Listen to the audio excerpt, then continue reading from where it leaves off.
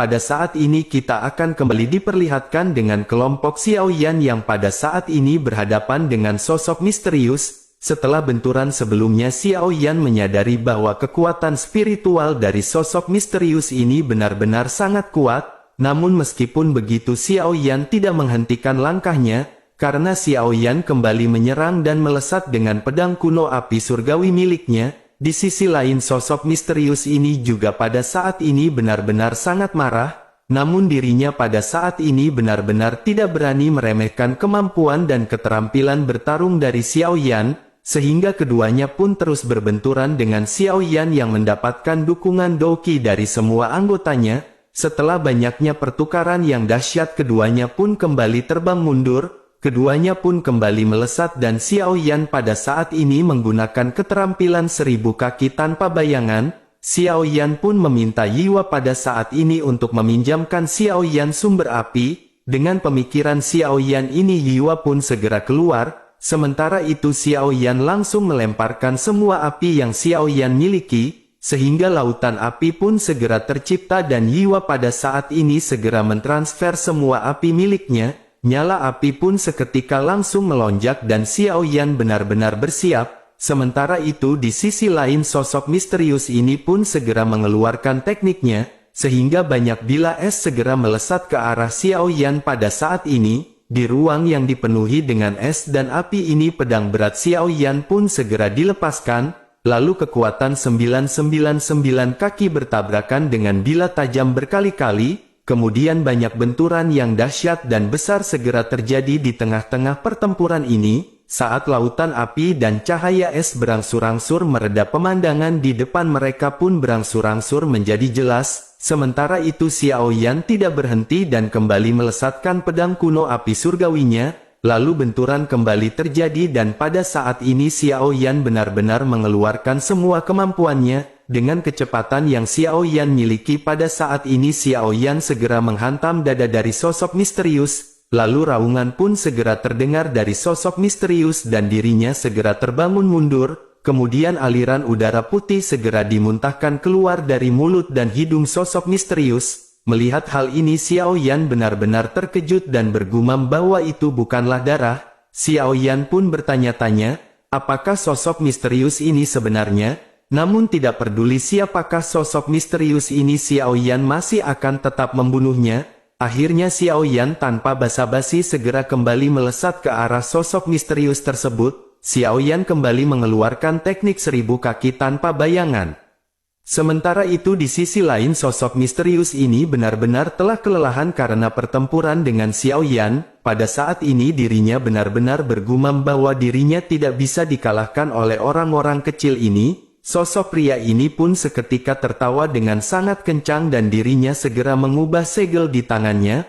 Melihat hal tersebut, Xiaoyan pun menyadari bahwa sosok misterius ini akan meledakkan dirinya sendiri. Xiaoyan pun segera melesatkan Doqi yang dipenuhi dengan api surgawi dari pedang kuno miliknya. Xiaoyan berusaha untuk meledakkan sosok misterius dengan teknik 999 kaki tanpa bayangan. Kemudian banyak benturan pun segera terjadi dan sosok tubuh misterius itu pun seketika meledak. Vitalitas sosok misterius ini benar-benar langsung padam, bahkan tubuhnya pada saat ini perlahan-lahan hancur dan menyebar di udara. Pada saat ini yang tersisa hanyalah aliran udara putih yang melesat seperti anak panah mengisi seluruh ruang. Sementara itu Xiaoyan pada saat ini memegang pedang kuno api surgawi di tangannya dengan ekspresi terengah-engah. Melihat semua ini telah berakhir, Xiaoyan pun bergumam akhirnya mereka berhasil membunuhnya. Pada akhirnya semua orang pun segera bergegas ke arah Xiaoyan dan King Mu'er segera memegang tangan Xiaoyan dengan erat. Dirinya pun segera bertanya apakah Xiaoyan pada saat ini baik-baik saja. Xiaoyan menyeka keringat dingin di dahinya dan berkata bahwa Xiaoyan baik-baik saja. Beruntung Xiaoyan tepat waktu menggagalkan sosok misterius untuk meledakkan dirinya. Semua orang pun pada saat ini menghela nafas lega dan mereka benar-benar sangat kelelahan. Mereka tidak menyangka bahwa berhadapan dengan bintang 7 Doudi benar-benar sangat kuat. Pada akhirnya mereka pada saat ini menatap ke arah sosok tersebut meledak. Xiaoyan segera berkata bahwa pada saat ini ada dua hal yang tersisa dari makhluk tersebut. Kelompok Xiao Yan pun melihat adanya baju baja besi dan pada saat ini ada kabut putih yang melayang di udara. Mereka pun mengamati dua benda ini. Setelah diperhatikan lebih dekat, Xiao Yan terkejut bahwa ini adalah roh hantu. Xiao Yan benar-benar tidak menyangka bahwa itu adalah roh hantu yang memiliki kecerdasan. Pantas saja ketika sebelumnya Xiao Yan menyerang dirinya tidak ada darah yang keluar. Menanggapi hal itu, Xiao Zhan pun segera berkata bahwa ini benar-benar untung besar. Xiao Zhan tidak menyangka bahwa perjalanan ini benar-benar akan menjadi sangat berharga. Semua orang pada saat ini tertawa bahagia sebelum akhirnya beralih menuju ke arah baju besi. Xiao Yan pun memperhatikan baju besi ini sebelum akhirnya berpikir kepada siapakah Xiao Yan akan memberikan baju tersebut. Xiao Yan menatap ke arah semua anggotanya. Xiao Yan pun segera bertanya siapakah yang menginginkan baju besi ini untuk dibentuk sebagai armor. Menanggapi hal itu, kelompok Xiao Yan pada saat ini semuanya pada menggelengkan kepala. Mereka merasa mereka tidak membutuhkan armor baju besi tersebut. Sementara itu di sisi lain, King Mu'er segera berkata tampaknya armor besi ini sangat cocok untuk Ziying dan Xiao Zhan. Menanggapi hal tersebut, Xiao Yan pun berpikir sejenak dan mengangguk. Mereka pun berdiskusi mengenai armor ini akan diberikan kepada Ziying atau Xiao Zhan. Setelah perdebatan yang cukup lama, pada akhirnya armor besi ini diberikan untuk Ziying. Lalu Ziying yang sebelumnya menolak pada saat ini benar-benar tidak bisa mengucapkan apapun. Ziying pun segera menerima armor tersebut sebelum akhirnya menuangkan Doqi ke dalam armor ini. Setelah itu Ziying pun segera menggunakan armor tersebut. Ziying lanjut menjelaskan secara detail informasi mengenai armor ini yang masuk ke dalam kepalanya. Ziying berkata bahwa armor ini disebut dengan armor besi baja. Selain itu, keunggulan dari armor besi ini adalah dirinya memiliki simbol yang berada di tengah. Simbol ini akan menimbulkan cahaya ketika menerima serangan. Simbol misterius ini akan mampu mengurangi damage serangan hingga 50% bahkan lebih. Namun meskipun begitu, ada jangka waktu penggunaan dari simbol tersebut. Jika simbol ini benar-benar telah meredup dan habis, maka itu hanya tinggal tersisa armor besi. Mendengar penjelasan Ziying tentang armor ini, semua orang sedikit menyesal. Namun tidak lama Ziying segera berkata agar mereka semua tidak perlu khawatir, karena armor ini benar-benar sangat bagus karena simbol tersebut bisa menyerap ke kekuatan bumi. Dengan begitu maka dirinya akan mengembalikan kemampuannya seperti semula. Setelah didiamkan beberapa saat, maka armor ini akan mampu memiliki kemampuan seperti semula. Semua orang pada akhirnya kembali gembira setelah mendengar hal ini. Mereka pun sedikit berbincang-bincang mengenai pertempuran sebelumnya melawan sosok misterius. Di tengah-tengah perbincangan ini Feng Feng segera bertanya kepada Xiao Yan. Dirinya berkata tampaknya keterampilan bertarung penebasan pedang Tuan Muda Xiao Yan sebelumnya telah melonjak.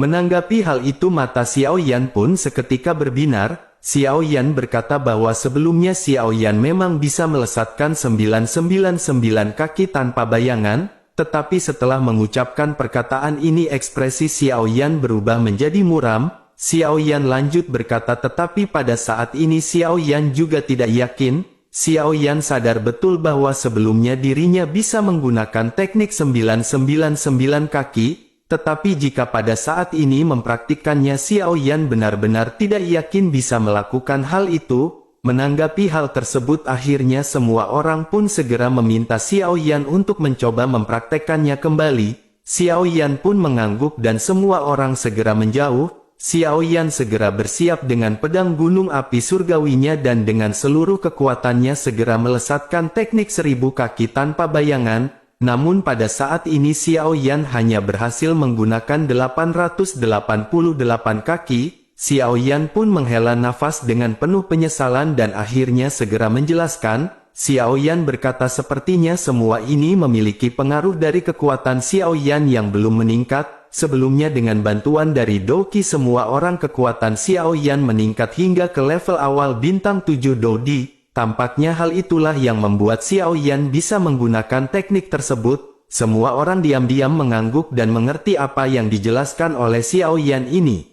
Sementara itu di sisi lain King Mu'er seperti teringat sesuatu dan segera berbicara kepada Xiao Yan. Dirinya berkata mengapa Xiao Yan pada saat ini tidak menyerap roh hantu dari makhluk misterius tersebut. Menanggapi hal itu Xiao Yan pun berkata bahwa itu adalah sebuah ide yang bagus, tetapi Xiao Yan khawatir karena proses menyerap roh hantu membutuhkan waktu yang sangat panjang. Selain itu mereka tidak tahu apa-apa mengenai tempat ini dan tidak tahu bahaya apa lagi yang akan mendekat, tetapi setidaknya Xiao Yan pada saat ini bisa menyerap informasi mengenai roh hantu ini. Semua orang pun mengangguk dan Xiao Yan pada saat ini segera memutuskan untuk menyerap informasi dari roh hantu. Xiao Yan pun segera duduk bersila sementara yang lainnya mengelilingi Xiao Yan.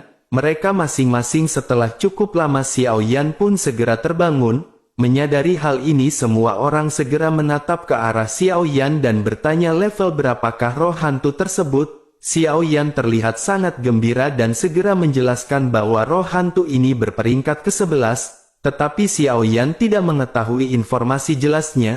Asal-usul hantu ini dikatakan bahwa dirinya hanya muncul dari pemakaman kuno. Terlepas dari itu informasi mengenai roh hantu ini benar-benar sangat sedikit, semua orang hanya bisa menganggukkan kepala mereka mendengar penjelasan dari Xiao Yan. Sementara itu Xiao Yan pada saat ini segera tersadar sesuatu dan berkata bahwa mereka harus segera mencari jalan keluar dari sini. Xiao Zhan pun tersenyum sebelum akhirnya berkata bahwa ketika Xiao Yan memulihkan diri dan menyerap informasi dari roh hantu, sebenarnya mereka semua telah berkeliling tempat ini dan mereka tidak menemukan jalan keluar. Pada saat ini hanya ada pusaran ini yang sepertinya merupakan sebuah jalan kembali. Mendengar hal tersebut Xiao Yan pun merenung sejenak sebelum akhirnya segera berbicara. Xiao Yan berkata jika begitu permasalahannya maka mereka benar-benar harus mencobanya. Mendengar perkataan ini Qiu yang ada di pelukan King Mu'er pun segera melompat. Dirinya memberi isyarat kepada semua orang sebelum akhirnya kembali ke pelukan King Mu'er. Melihat hal ini semua orang tentu saja tidak tahu apa yang dimaksud oleh Qiu. Akhirnya King Mu'er pun tersenyum dan segera menjelaskan apa yang dimaksud oleh Qiu. King Mu'er berkata bahwa ini memang pusaran yang merupakan jalan keluar, tetapi pada saat ini mereka harus menunggu periode terlemah dari pusaran sebelum keluar.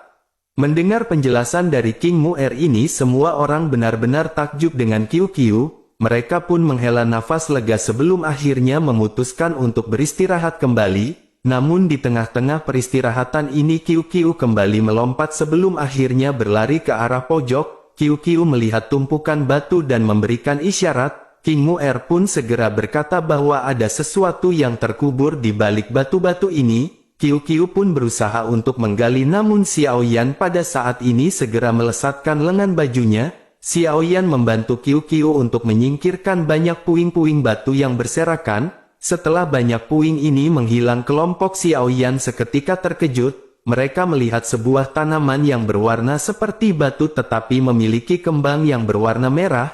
Semua orang pun bertanya-tanya, tumbuhan apakah ini? Sementara itu Xiao Yan menyadari bahwa ini adalah tanaman untuk memurnikan bahan obat peringkat ke-6. Xiao Yan pun segera berkata bahwa ini adalah rumput batu abu-abu yang bisa digunakan untuk memurnikan beberapa ramuan khusus tingkat ke-6. Semua orang pun seketika tercengang dan memandang ke arah Qiu dengan takjub. Setelah itu mereka kembali menoleh ke arah ribuan tanaman yang berada di hadapan mereka. Semua orang menyadari bahwa ini benar-benar harta karun yang telah ditemukan oleh Qiu. Sementara itu Qiu pada saat ini sama sekali tidak peduli dan hanya menatap ke arah cincin penyimpanan Xiao Yan. Tampaknya Qiu meminta imbalan atas apa yang telah dirinya temukan untuk Xiao Yan. Tentu saja Xiao Yan pun menyadari tatapan ini hingga akhirnya Xiao Yan segera mengeluarkan sebotol pil. Qiu pun dengan senang menerima botol tersebut dan segera memakan pil dari Xiao Yan. Melihat Qiu yang benar-benar bersemangat kilatan segera melintas di mata Xiao Yan. Pada akhirnya Xiao Yan segera berkata kepada Qiu bahwa dirinya bisa membantu Xiao Yan menemukan bahan obat di masa depan. Sebagai imbalannya Xiao Yan akan memberikan pil setiap kali Qiu menunjukkan bahan obat. Qiu pun ragu-ragu sejenak dan sedikit kecurigaan segera muncul terhadap Xiao Yan di mata merah jambunya. Tetapi ketika Xiao Yan menyerahkan satu botol lagi dirinya pun segera mengangguk dan setuju. pada akhirnya Xiao Yan segera mengambil semua bahan obat ini dan mereka memutuskan untuk menunggu.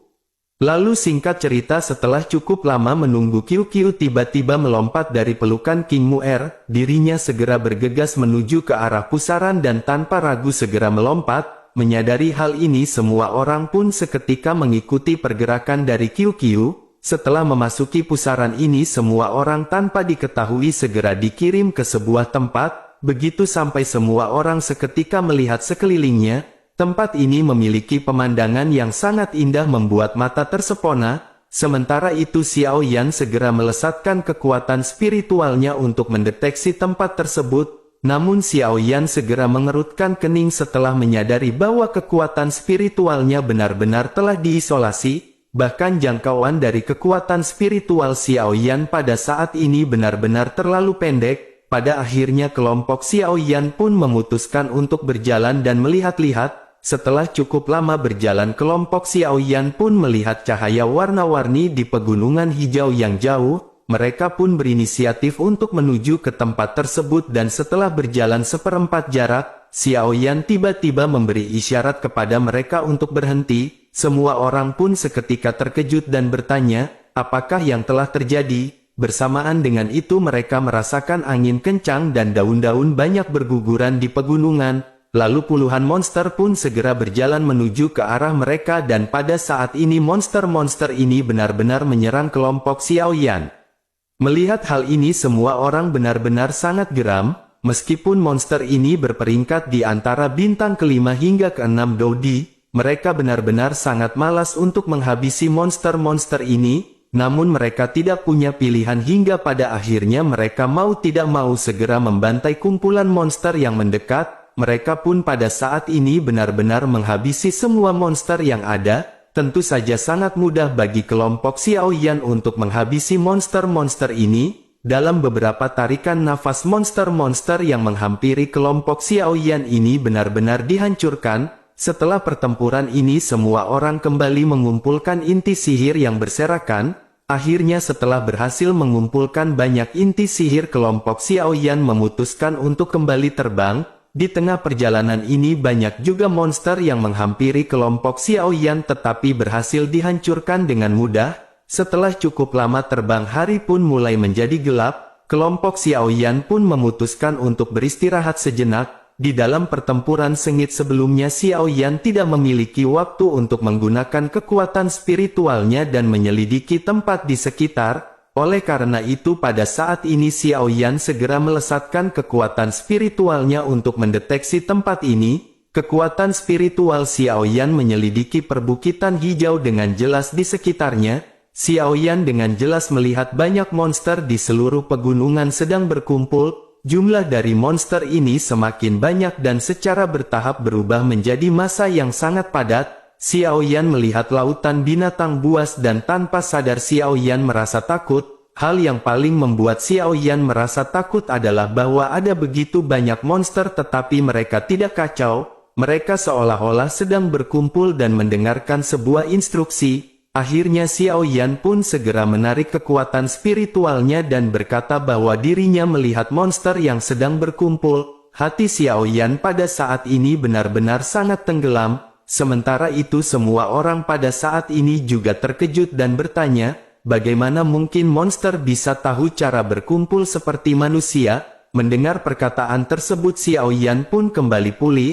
Xiao Yan pun berkata tampaknya ada yang mengendalikan monster-monster ini. Semua orang kembali terkejut setelah mendengar penjelasan dari Xiao Yan. Sementara itu ekspresi Xiao Yan pada saat ini berubah menjadi semakin serius. Xiao Yan segera berkata bahwa situasinya pada saat ini tidak baik dan mereka harus mempercepat pemulihan. Semua orang pun segera bertanya apakah ada yang salah. Xiao Yan akhirnya secara singkat menjelaskan apa yang dilihatnya secara serius. Semua orang pada saat ini berkeringat dingin setelah mendengar gelombang binatang akan segera menyapu kelompok Xiao Yan. Mereka pun bertanya-tanya apakah yang harus mereka lakukan pada saat ini. Menanggapi hal itu Xiao Yan pun segera berkata dengan wajah muram bahwa pada saat ini hanya ada satu cara yakni pertempuran. Di sisi lain Nan Erming pada saat ini tersenyum masam dan segera bertanya kepada Xiao Yan, jadi berapa bintangkah pemimpin dari monster tersebut? Menanggapi hal itu Xiao Yan pun menggelengkan kepalanya dan dirinya juga tidak tahu. Kekuatan spiritual Xiao Yan sedikit terpengaruh oleh cahaya warna dan cahaya hanya merasa bahwa level pemimpin ini tidaklah rendah. Menanggapi hal itu Xiao Zhan pun menggaruk kepala bagian belakangnya. Akhirnya dirinya berkata bahwa ini benar-benar merepotkan. Jika mereka mengetahui level pemimpin monster itu, maka mereka bisa menugaskan orang untuk membunuhnya dan dengan begitu maka kawanan monster ini bisa dibubarkan. Sementara itu di sisi lain King Mu'er pun segera bertanya bagaimana cara mereka bertarung dengan monster-monster ini. Semua orang tentu menyadari kekuatan dari gelombang monster ini benar-benar sangat menakutkan. Mendengar hal itu semua orang pun menganggukkan kepalanya dan merenung sejenak. Pada akhirnya Ziying pada saat ini segera membuka mulutnya dan berkata bahwa dirinya memiliki sebuah ide. Ziying menyadari bahwa kekuatan gelombang binatang buas ini seperti semburan. Ketika mereka berhadapan dengan gelombang monster ini mereka akan benar-benar mengeluarkan seluruh kekuatan mereka. Setelah tenaga mereka habis maka monster ini akan sangat sulit untuk dilawan. Tetapi meskipun begitu tempat mereka pada saat ini adalah ngarai di pegunungan hijau. Medannya sempit dan tidak peduli berapa banyak monster yang ada, maka tidak akan ada banyak monster yang bisa mendekat. Menanggapi hal itu Xiao Yan pun mengangguk dan menatap ke arah Ziying dengan kagum. Xiao Yan pun lanjut berkata tetapi mereka harus menyelesaikan pemimpin monster itu secepat mungkin. Jika pemimpin monster ini benar-benar bisa dibantai maka seperti apa yang dikatakan sebelumnya, gelombang binatang buas benar-benar akan teratasi. Mereka pun seketika merumuskan rencana apa yang cocok untuk mereka jalani pada saat ini. Setelah cukup lama berbincang-bincang dan merumuskan akhirnya segera dibuat sebuah keputusan. Mereka akan tetap berhadapan dengan monster yang tidak terhitung jumlahnya. Di sisi lain mereka juga akan mengirimkan 2 orang sebagai serangan kejutan dan menyelinap untuk menyerang ke arah pemimpin monster ini. Namun permasalahannya adalah siapakah 2 orang yang akan dikirim untuk menyelinap. Semua orang kembali berbincang-bincang dan pada saat ini mereka pada akhirnya segera membuat keputusan cepat. Xiao Yan dan Ziying akan pergi menyelinap untuk berhadapan dengan kepala si monster. Ziying dan Xiao Yan adalah yang terkuat dalam keterampilan fisik dan perlindungan tubuh. Selain itu mereka juga memiliki kecepatan yang cukup untuk bisa melarikan diri jika kecelakaan terjadi. Selain itu ada tujuan penting lain bagi Xiao Yan untuk pergi bersama dengan Ziying.